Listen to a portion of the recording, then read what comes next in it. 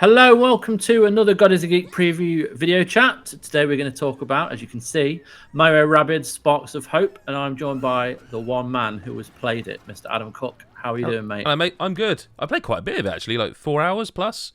4 4 hours. hours? Yeah, no, it was a Wow. substantial amount.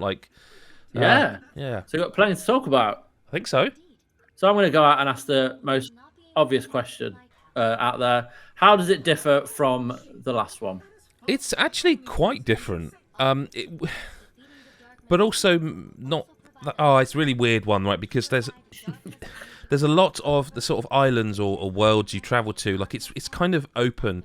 Like there are missions you can go to. There are like optional stuff, side quests, and you can kind of just wander around. And, like with enemies, you can see them, and they'll have a level number, and you can interact with them that way. You can stealth past them and avoid them, sort of thing. The biggest thing, obviously, are the sparks themselves. And I didn't realise this. Like they've shown a fair bit of this game, but I didn't realise until playing it and seeing it, in person, that this is like almost Mario Galaxy style stuff. Like it's got the things literally the sparks that you shoot out. Yeah. Yeah, it's got them. That's what they are. They're those, but they're Rabbids Sparks. So it's kind of like something's got to be Rosalina's in it, and there's got to be something. There's more to it. I didn't see the story all the way through, obviously, in 4 hours. Yeah. But they are equippable and give you buffs and extra sort of powers. Like if you get a lightning spark, it will be able to be equipped and leveled up, I should say. You can level them up by feeding them more of those sparks. And this is all sort of plays into the gameplay aspects where you can spec out Rabbid Mario or Peach or whoever in your own way. You could have like a spark or a splash or a fire, and there's all these shields and stuff that you can. There's a lot of build variety. The other way it differs mainly is that whereas it still is kind of that XCOM style tactics isometric game, they've sort of changed the movement aspect. So rather than like when you load in, you've got like 6 squares or whatever.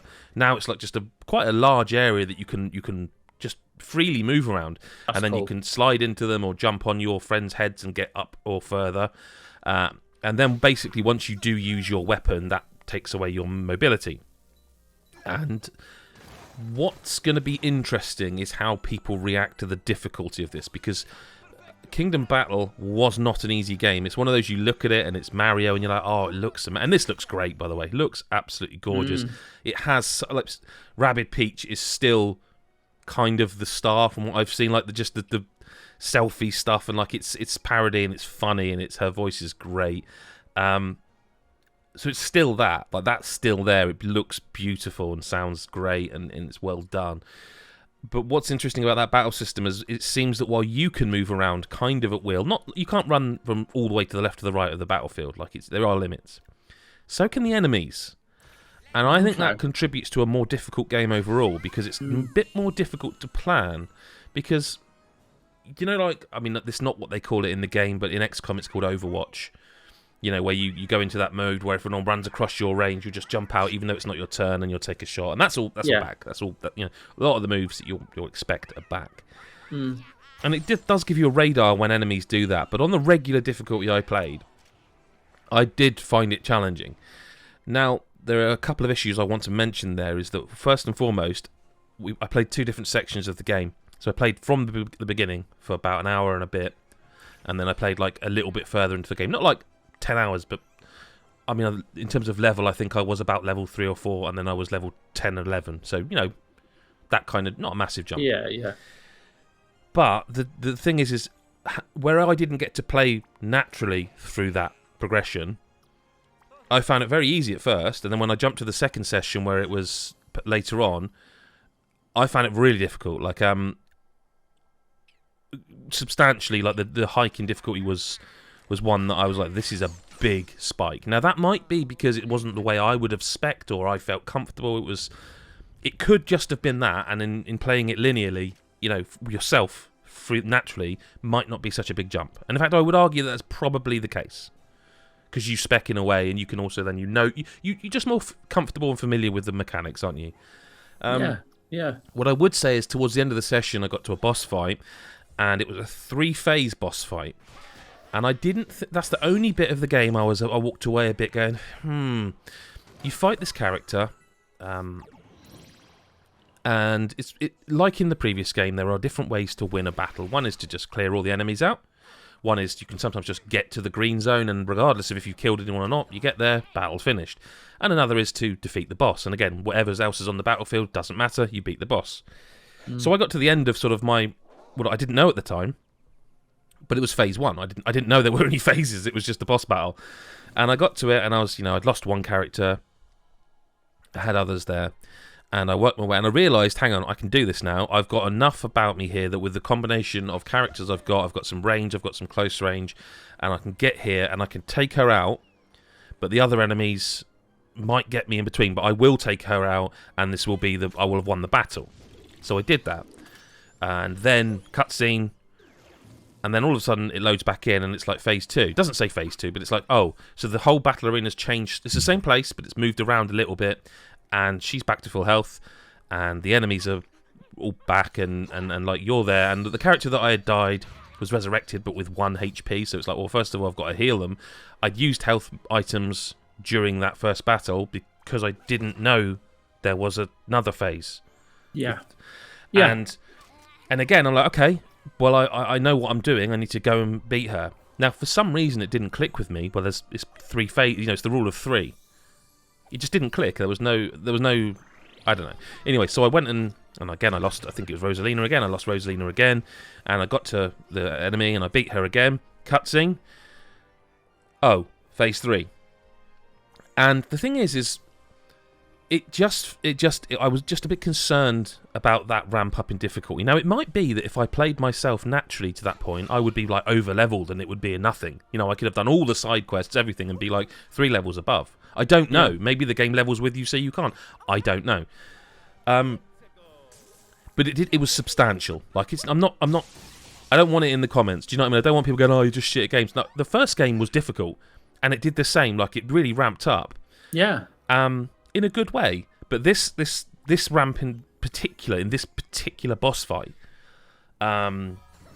sort of blindsided me a bit. Like it was a bit of a surprise on regular difficulty, because I didn't have any like resurrection items, and like starting it off with, a character on 1 HP. Because in all the other fights, when you start a fight, you can press down on the D-pad and spend coins to heal your party. Or if you're out in the world, you can heal your party. So if you come out of a fight low and you don't want to start one low, you can heal your party. And every other fight, you get to change your party or do all the sort of things you do before a battle. But because this is one battle split into 3, I couldn't heal. I couldn't change party. This is what you're dealing with, and it just felt. Because the thing is, there's several ways for enemies to spawn. There are like these portals that they can come in through. Some of the portals you can stop. You can actually attack the portals, stop them from spawning through there. Some of them you can't, and they're going to spawn regardless. And it was just relentlessly spawning enemies. So it wasn't like I could even just bum rush the character and right, this is how I'll win. You couldn't, because the fact they can move so much, they just gank you. Like they just absolutely pile drive you. And then they're still spawning more enemies. And it's like, I get it, it's phase 3, but like, you got to give me something here. Like, even if you just let me heal up or something at the start of it, and I can rethink tactically. And aside that, which again, I must really be specific and say, it could actually just be the fact that I hadn't leveled through that progression, and like, I don't know how you play like that sort of games, but I always do the side stuff, so I would always be leveled up, Oh, absolutely. You need to be prepared, and the fact it's not your journey to that point as well. Exactly like that. Say. So you will have other ways you would have done things up until that point. Exactly that, and I think I would have been a higher level. I would have perhaps looked into, if it were my own time and my own game, I would have looked into the systems a bit more and perhaps changed up some of the Spark stuff. Of course, yeah. So take that to the side as just a kind of a curiosity or just a slight concern that I really cannot be sure until I play it in my own time, so to speak. Everything else about it feels great. Like, it feels like they've added RPG mechanics more. Like it actually says it's like RPG light, but I think that's doing itself a bit of a disservice. It feels good. Like, you're leveling up your characters. It does it the right way, so you don't have to like oh, well, you didn't have Mario in your party, so he's not going to get any XP. So no, it levels up your party slowly, and that's refreshing to see. I love the world. Some of the characters are just. I was almost there. Like I was clearly the oldest person in the room by a distance, and but I was like, so I've got to be like, well, I shouldn't really be laughing at this childish humour, but it's like I couldn't help it. It was just, it tickled me. Like I like silliness, and there's a couple of characters. And I'll try and slip some of them in the video. It just got me. Like it just is funny. I don't care what anyone says. I think it's funny. It's silly. You can hate the Rabbids if you want, but I just think it's silliness, and I think there's more than ever we need a bit of silliness in the world. The story's interesting. Like I don't know where they're going with it. Like I say, it feels like it's linked into sort of the Galaxy style stuff. Yeah. But I mean, it's not canon, I'm sure. But I don't know. There's a new character. I don't know if I'm allowed to say her name. I mean, they've already announced like Bowser's playable, but I didn't get to play as Bowser. So that there's clearly people going to be joining your parties, which there was in the first game. To be fair, it added people to your parties you played.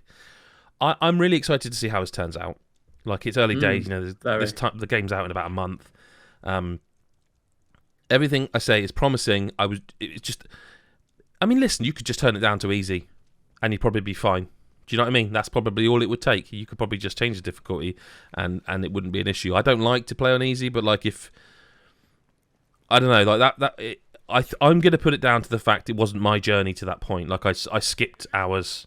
Because also playing the first island, where I probably had the better time, because it was from the start, I was doing side stuff.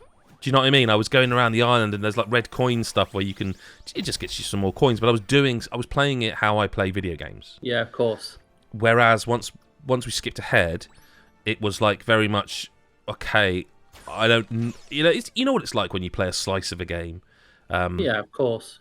I think they probably would have been better off just letting us play, and for 4 hours from the start, if you know what I mean. I get it. I get you want to show off, because when you start the game, you only have 2 playable characters per time, and that progresses. So I get it that you want to show that off, but yeah, it's more Mario plus Rabbids with quite a lot of significant changes, and it feels like exploration's more rewarding. The combat is definitely you need to retrain your brain a bit.